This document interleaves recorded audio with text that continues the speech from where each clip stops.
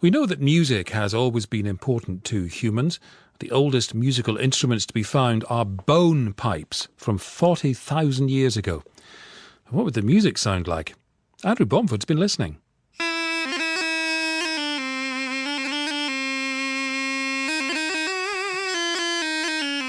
Here is a swan radius bone.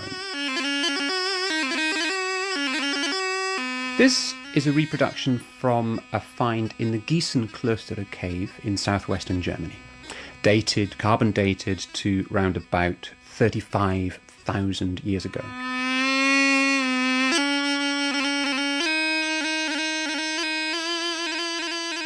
There have been several such finds. One of them, the vulture radius bone, dated to 40,000 years ago. Barnaby Brown's a musician and part of the European Music Archaeology Project.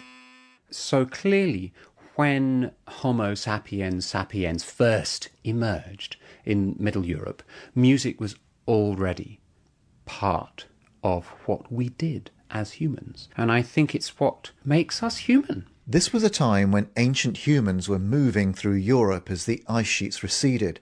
Britain was physically connected to the mainland. Woolly mammoths and saber-toothed tigers roamed the land, and in caves these ancient humans lived and made music.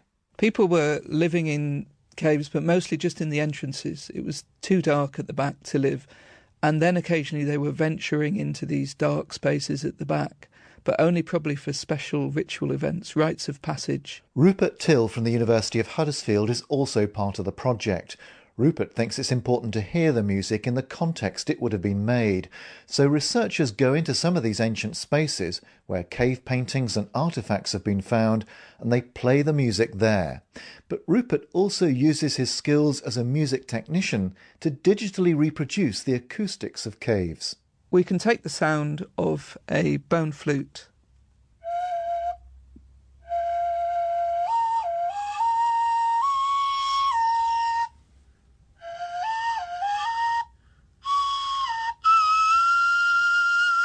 and then we could add to that the acoustics of, for example, one of the caves we went into.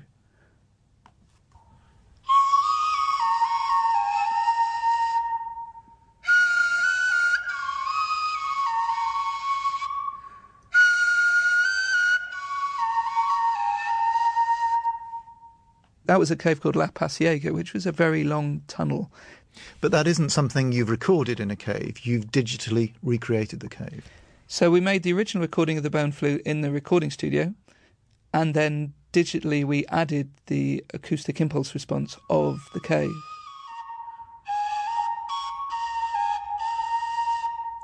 I mean, to us, that's just the sound of reverberation. We hear that in a cathedral or a hall.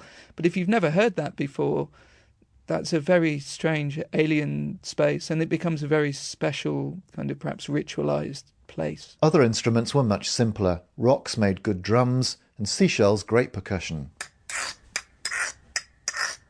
especially in caves. And drums were made from animal skins. This is a reproduction of a Scandinavian shaman's drum. But place it at a digital Stonehenge and...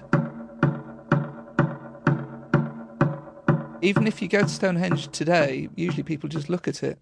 When I go there, I tend to be wandering around clapping my hands. People think I'm a bit crazy. But even today, you will hear an echo coming off the heel stone and coming from inside.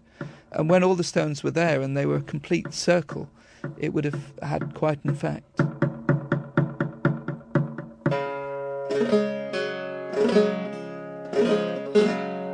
Barnaby's playing a lyre, reproduced from a 2,000-year-old bridge. That's an instrument bridge, found on the Isle of Skye, the remains of the earliest stringed instrument ever found in Western Europe.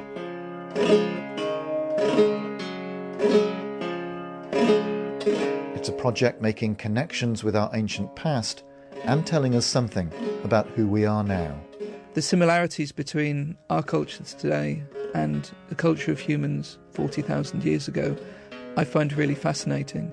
I think by understanding the similarities between those cultures, we learn what is core to our humanity, to our human musical, ritual, religious, human culture.